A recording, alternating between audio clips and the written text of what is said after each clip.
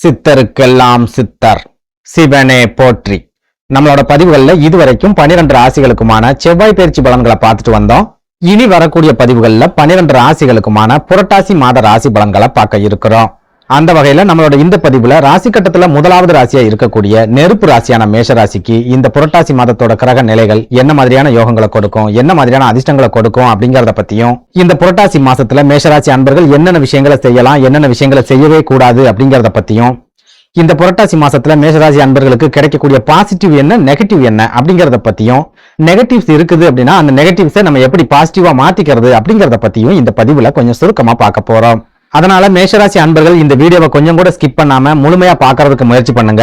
வீடியோவை நீங்க முழுமையா பார்த்தா மட்டும்தான் இந்த வீடியோல நான் என்ன சொல்லியிருக்கேன் அப்படிங்கறதே உங்களுக்கு புரியும். அப்படி புரிஞ்சுக்கிட்டு அதுக்கு தகுந்த மாதிரி ஒரு சில மாற்றங்களையும் ஒரு சில அட்ஜஸ்ட்மெண்ட்டையும் இந்த மாசத்துல நீங்க செஞ்சுக்கிட்டீங்க அப்படின்னா உங்களுக்கு வரக்கூடிய பெரிய அளவிலான பாதிப்புகள்ல இருந்து உங்களால தப்பிச்சிக்க முடியும். அதனால மேஷராசி அன்பர்கள் இந்த வீடியோவை ஸ்கிப் பண்ணாம கடைசி வரைக்கும் முழுமையா பாருங்க. அதுக்கு முன்னாடி நம்ம சேனலை நீங்க இப்பதான் முறையா பாக்குறீங்க அப்படின்னா தயவு செஞ்சு சப்ஸ்கிரைப் பண்ணிக்கோங்க. இந்த வீடியோ உங்களுக்கு பிடிச்சிருந்தா மறக்காம அந்த லைக் பட்டனையும் தட்டி விட்டுருங்க. அதை விட முக்கியமா உங்களை மாதிரியே மன நிம்மதி இல்லாத ஒரு வாழ்க்கையை வாழ்ந்துட்டு வரக்கூடிய மேஷராசி அன்பர்கள் உங்களோட நட்பு வட்டாரத்திலேயோ அல்லது சொந்த பந்தத்திலேயோ இருக்காங்க அப்படின்னா அவங்களுக்கு நம்ம வீடியோவை மறக்காம ஷேர் பண்ணி விட்டுருங்க. மேஷராசிக்காரங்களை பொறுத்த வரைக்கும் எந்த ஒரு விஷயமுமே ஆசைப்பட்ட மாதிரி நடக்கல. எந்த ஒரு காரியத்துல இறங்கினாலும் தொடர்ச்சியான தோல்விகள், அப்படி இல்லைன்னா ஏமாற்றங்கள். எந்த ஒரு முயற்சியை எடுத்தாலும் சரி அந்த முயற்சியில கடைசி நேரத்துல தோல்விகள் ஏற்படுறது, கடைசி நேரத்துல பின்னடைவுகள் ஏற்படுறது, தவிர்க்க முடியாத நிறைய கடன் நெருக்கடிகளை சந்திக்கிறது, பண தட்டுப்பாடை சந்திக்கிறது, இந்த மாதிரியான பிரச்சனைகளை தான் பெரும்பாலான மேஷராசிக்காரங்க சமீப காலமாவே சந்திச்சுட்டு வராங்க. இவங்க வாழ்க்கையில எதிர்பார்த்த மாதிரியான மாற்றம் இப்போ வரைக்கும் கிடைக்கவே இல்லை. தொடர்ச்சியா ஏமாற்றங்கள் மட்டும்தான் கிடைச்சிக்கிட்டே வருது அப்படின்னு சொல்லலாம். குறிப்பிட்டு சொல்லணும் அப்படின்னா வேலை வாய்ப்புக்காக முயற்சி பண்ணக்கூடிய மேஷராசி அன்பர்கள் இந்த நொடி வரைக்கும் தொடர்ச்சியா விடாம முயற்சி பண்ணிக்கிட்டே தான் இருக்காங்க. ஆனா அவங்களுக்கு ஏத்த மாதிரியான வேலை வாய்ப்பு அப்படிங்கிறது இப்போ வரைக்கும் அமையவே இல்லை. ஒரு சில மேஷராசிக்காரங்களுக்கு சமீப காலத்துல வேலை வாய்ப்புகள் அமைஞ்சிருந்தாலும் அந்த வேலைகள்ல இவங்களால நிம்மதியா வேலை பார்க்க முடியல. மனசுக்கு பிடிக்காத ஒரு வேலையா அந்த வேலை அமைஞ்சு போச்சு. வேலையே கிடைக்காம இருக்கும்போது கூட ஓரளவுக்கு நிம்மதியா இருந்தோம், இப்ப வேலை கிடைச்சதுக்கு அப்புறமா நம்ம நிம்மதியே போயிடுச்சே அப்படின்னு ஒரு சில மேஷராசிக்காரங்க வருத்தப்படவும் ஆரம்பிச்சிருக்காங்க. இதனால இந்த வேலையில இருந்துகிட்டே வேற ஒரு நல்ல வேலைக்கு இவங்க முயற்சி பண்ணிக்கிட்டே இருக்காங்க. ஆனா அப்படி ஒரு வேலை வாய்ப்பு அப்படிங்கிறது இவங்களுக்கு அமையவே மாட்டேங்குது. மொத்தத்துல வேலை கிடைச்சி வேலை பார்த்துட்டு இருக்கக்கூடிய மேஷராசிக்காரங்களுக்கும் நிம்மதி அப்படிங்கிறது கிடைக்கல. வேலை தேடிக்கிட்டு இருக்கக்கூடிய மேஷராசி அன்பர்களுக்கும் இந்த நொடி வரைக்கும் வேலை வாய்ப்பும் கிடைக்கல, நிம்மதியும் கிடைக்கல அப்படின்னு சொல்லலாம்.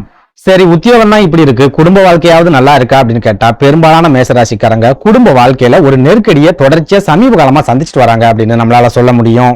முக்கியமா குடும்ப வாழ்க்கையை பொறுத்த வரைக்கும் இவங்களுக்கு பண நெருக்கடி அப்படிங்கிறது விடாம துரத்திக்கிட்டே இருக்கு. ஒரு சில மேஷராசிக்காரங்களுக்கு கடன் சம்பந்தமான நெருக்கடிகள் விடாம துரத்திக்கிட்டே இருக்கும். ஒருவேளை பண நெருக்கடியும் இல்ல, கடன் சம்பந்தமான நெருக்கடிகளும் இல்ல அப்படின்னா குடும்ப வாழ்க்கையில நிம்மதி இல்லாத ஒரு சூழல் அப்படிங்கிறது கண்டிப்பா இருக்கும். ஒரு சில மேஷராசிக்காரங்க குடும்ப பிரச்சனைகளை சமாளிக்க முடியாம நிறைய மன வேதனைகளையும் சமீப காலமா சந்திச்சுட்டு வராங்க.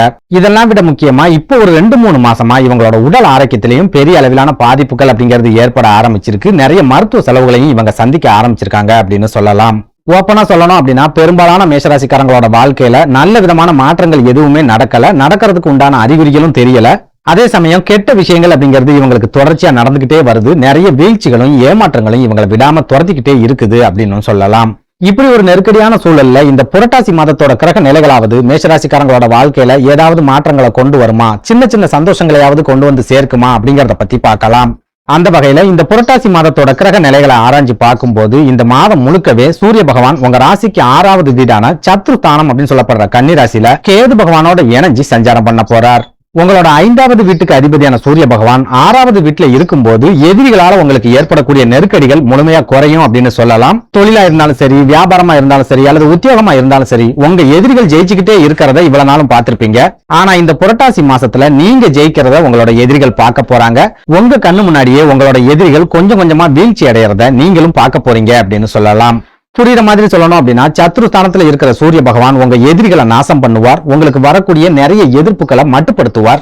அது மட்டும் இல்லாம உத்தியோகத்துல இருக்கிற மேஷராசி அன்பர்களுக்கு எதிரிகளே நண்பர்களா மாறக்கூடிய ஒரு சூழலையும் இந்த புரட்டாசி மாசத்துல சூரிய பகவான் ஏற்படுத்தி கொடுப்பார் அப்படின்னு சொல்லலாம். இதனால எதிரிகளோட தொல்லை இந்த புரட்டாசி மாசத்துல உங்களுக்கு இல்ல அப்படின்னு சொல்லலாம். இது மூலமா உங்களுக்கு பெரிய அளவுல நெருக்கடிகள் எதுவும் இல்லாம மன நிம்மதியோட உங்களோட தொழிலை நீங்க தொடர்ந்து நடத்தக்கூடிய ஒரு காலகட்டமா இந்த புரட்டாசி மாதம் இருக்கும் அப்படின்னு சொல்லலாம்.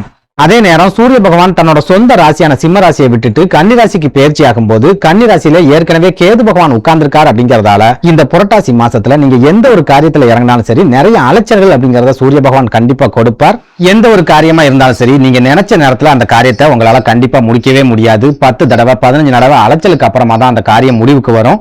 அதுக்காக நீங்க எடுக்கக்கூடிய எல்லா காரியங்களும் முடியவே முடியாதா, இழுபறியிலே இருக்குமா அப்படின்னு கேட்டா கண்டிப்பா அந்த மாதிரியான பிரச்சனைகள் இருக்காது.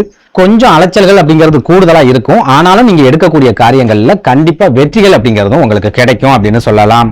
அதே சமயம் என்னடா இது 40 நேரம் அலைய வேண்டி இருக்கு, 50 நேரம் அலைய வேண்டி இருக்கு, அலைஞ்சே நான் ஓஞ்சி போயிடுவோம் போல இருக்கே அப்படின்னு நினைச்சு நீங்க சோம்பேறித்தனமா இருந்துட்டீங்க அப்படின்னா எந்த காரியமா இருந்தாலும் சரி இந்த புரட்டாசி மாசத்துல காரிய தடைகள் அப்படிங்கிறது கட்டாயமா ஏற்படும். சோம்பேறித்தனம் இல்லாம முழு சுறுசுறுப்போட அலைச்சல்களை பத்தி எல்லாம் யோசிக்காம நீங்க தொடர்ந்து முயற்சி பண்ணிக்கிட்டே இருந்தீங்க அப்படின்னா நீங்க இறங்கக்கூடிய காரியங்கள்ல கண்டிப்பா வெற்றி அப்படிங்கிறது கிடைச்சே தீரும். அடுத்ததா இந்த புரட்டாசி மாசத்துல உங்க ராசிக்கு அதிபதியான செவ்வாய் பகவான் 3வது வீடான தைரிய ஸ்தானம் அப்படின்னு சொல்லப்படுற மிதுன ராசியில இருக்கிறதால இந்த மாசத்துல உங்களோட தைரியமும் தன்னம்பிக்கையும் 2 மடங்கா அதிகரிக்கும். தோல்விகளை பார்த்து நீங்க சோர்ந்து போகவே மாட்டீங்க. விடாமுயற்சியோட தொடர்ந்து முயற்சிகளை எடுத்துக்கிட்டே இருப்பீங்க.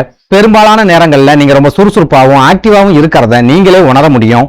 இந்த சுறுசுறுப்பு மூலமாவே ஒரு சில காரியங்கள்ல நீங்களே எதிர்பார்க்காத அளவுக்கு பெரிய அளவிலான வெற்றிகள் அப்படிங்கிறதும் இந்த புரட்டாசி மாசத்துல கிடைக்கும் அப்படின்னு சொல்லலாம். இன்னும் சொல்ல போனா 3வது வீடான மிதுன ராசி அப்படிங்கிறது புதன் பகவானோட ஆட்சி வீடு அப்படிங்கறதால புதன் பகவான் உங்களுக்கு கொடுக்கக்கூடிய யோகத்தையும் செவ்வாய் பகவான் இந்த புரட்டாசி மாசத்துல எடுத்து செய்வார். இது மூலமா உங்களோட புத்திசாலித்தனம் அப்படிங்கிறது இந்த காலகட்டத்துல 2 மடங்கா அதிகரிக்கும். ஒரு சில அதிரடியான முடிவுகளையும் புத்திசாலித்தனமான முடிவுகளையும் இந்த புரட்டாசி மாசத்துல நீங்க கண்டிப்பா எடுப்பீங்க.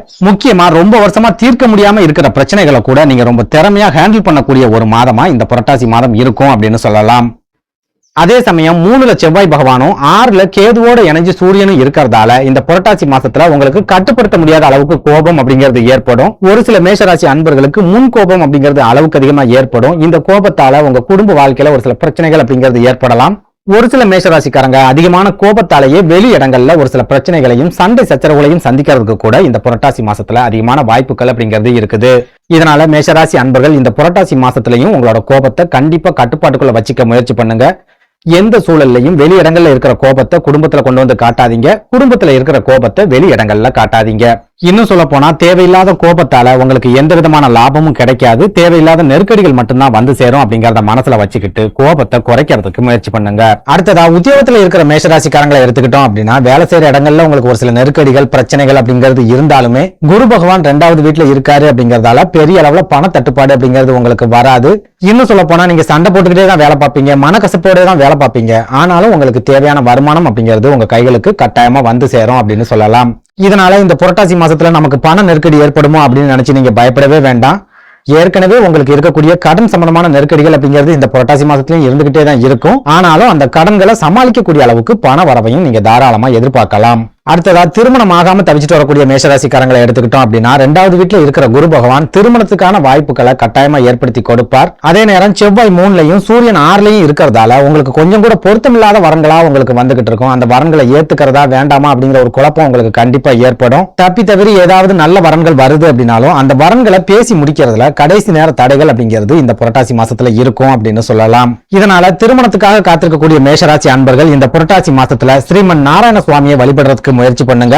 நாராயணரை வழிபடக்கூடிய வாய்ப்புகள் உங்களுக்கு இல்ல அப்படின்னா விஷ்ணு பகவானையோ அல்லது கிருஷ்ணரையோ வழிபடுறதுக்கு முயற்சி பண்ணீங்க அப்படின்னா உங்களோட திருமண வாழ்க்கையில இருந்துட்டு வரக்கூடிய தடைகள் எல்லாமே கண்டிப்பா விலகும் அப்படின்னு சொல்லலாம். சுருக்கமா சொல்லணும் அப்படின்னா இந்த புரட்டாசி மாதம் ஒரு சில ராசிக்காரங்களை புரட்டி எடுக்கும் அப்படின்னு சொல்லுவாங்க.